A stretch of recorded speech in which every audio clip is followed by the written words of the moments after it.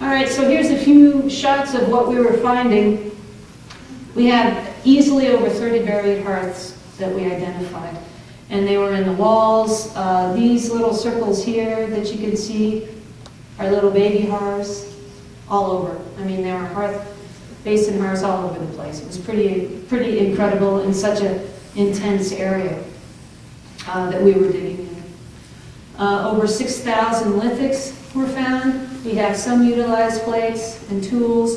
I believe we had some groundstone also that just came out randomly, but groundstone. So it was just this wealth of information that we're excited about seeing what's going to happen with this. It's really exciting, actually. It's so exciting that I had to write excitement down to remind me how exciting it was. And so just to reiterate, we're going to be able to reconstruct the Palo floods with the people, and this is an incredible opportunity for Grand Canyon. We're very fortunate to be able to do this. And we're also going to be able to interpret some kind of transition from hunter-gatherers, foraging, to a more sedentary lifestyle. So we have late archaic dates here. We also have basket maker dates, and that's when you're starting to see more sedentary lifestyle.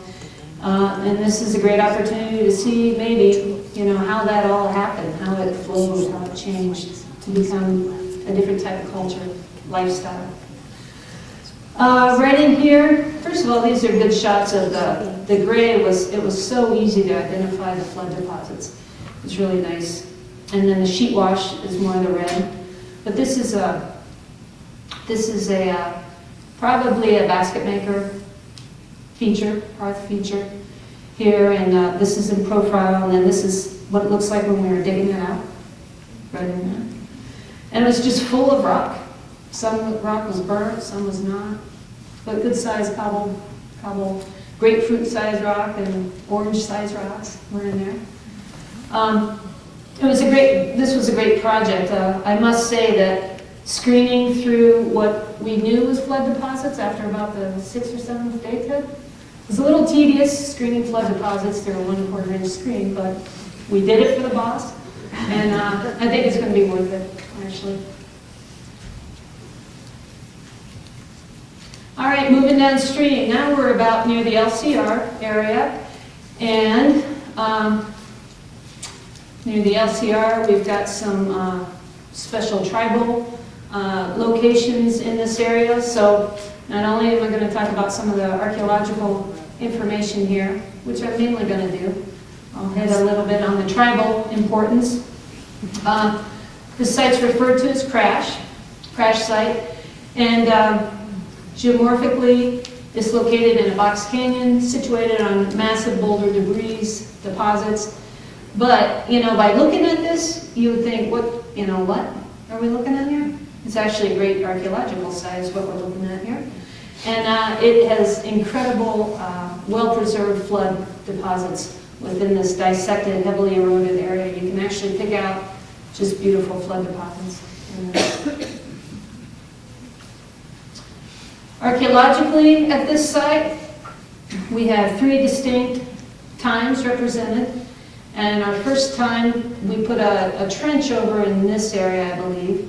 And we found some shards that indicated 800 to 1000 AD time period. Over in this area, right in here, we found 1000 to 1075 AD. And this is where we were concentrating a lot of our efforts here. The structures here, which is right in here, these 2 structures, believe it or not. And then the midden area was over here, which is right around in here. That was the second time period. Our last time period is proto-historic and even modern. And that's represented by these 2 features. These are roasting type features. And we had really good charcoal dating. So I feel like those dates are pretty good about proto-historic and maybe modern times. These actually are not features we identified. It was actually sheet washing just going down, so we're going to just put a big X on that. I'm not talking about those. With these 3 distinct time periods, we're probably also looking at 3 distinct cultures represented in this area.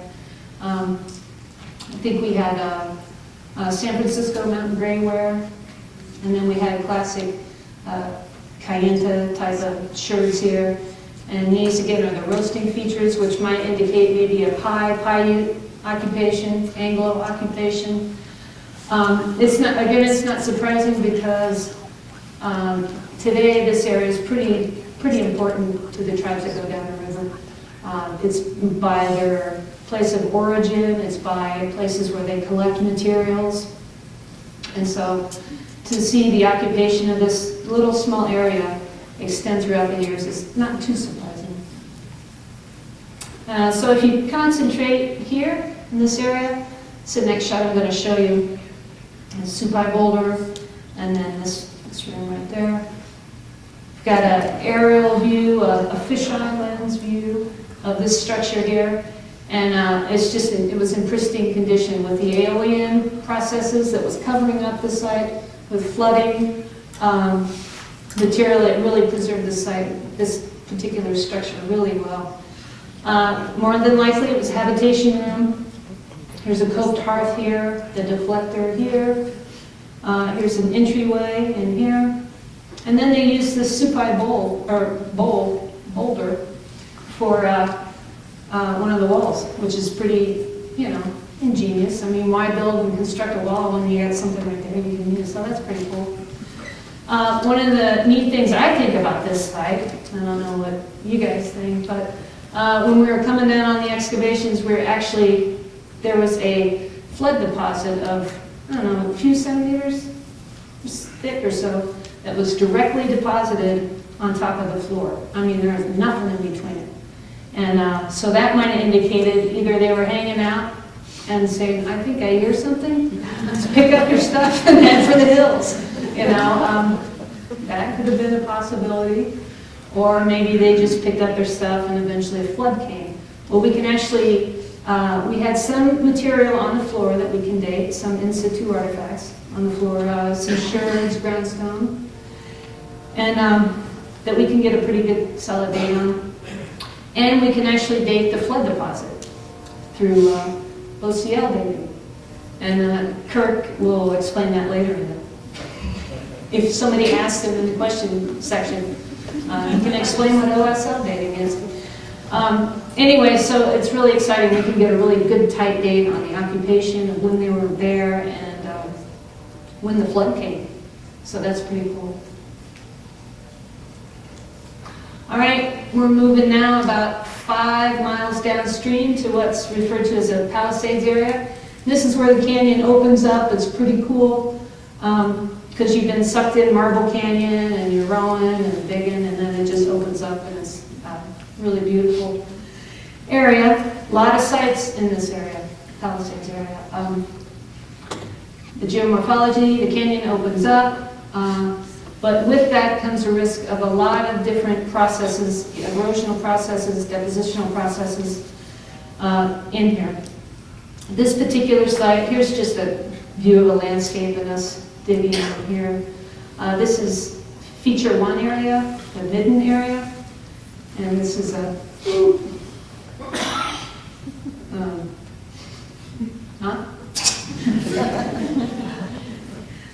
what do I do to get rid of that? Click all the buttons. Okay, until I get technical assistance, let's just ignore that.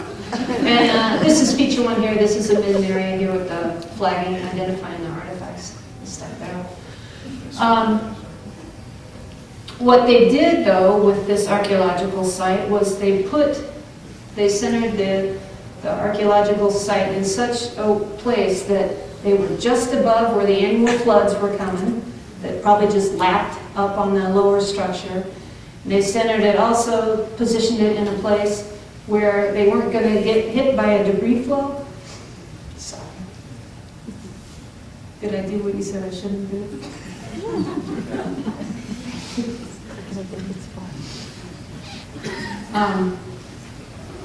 And they also centered it so they weren't going to get hit too much by debris flow. And they put it out away from a playa area. There's a playa area out there too. So they knew the landscape really well. So they knew, like, we're going to spend some time building some structures and stuff. We're going to not put it in a place in a flood zone. and that's something maybe we could all learn today. Anyway, it's all circular, isn't it? Comes around, comes around. The archaeology at this place, it's a good date for 1000 to 1075 AD. And what we've identified here is that it represents typical site layout of a formative Pueblo site. So it's got all the components that we see perhaps up on the rim. So that's pretty interesting.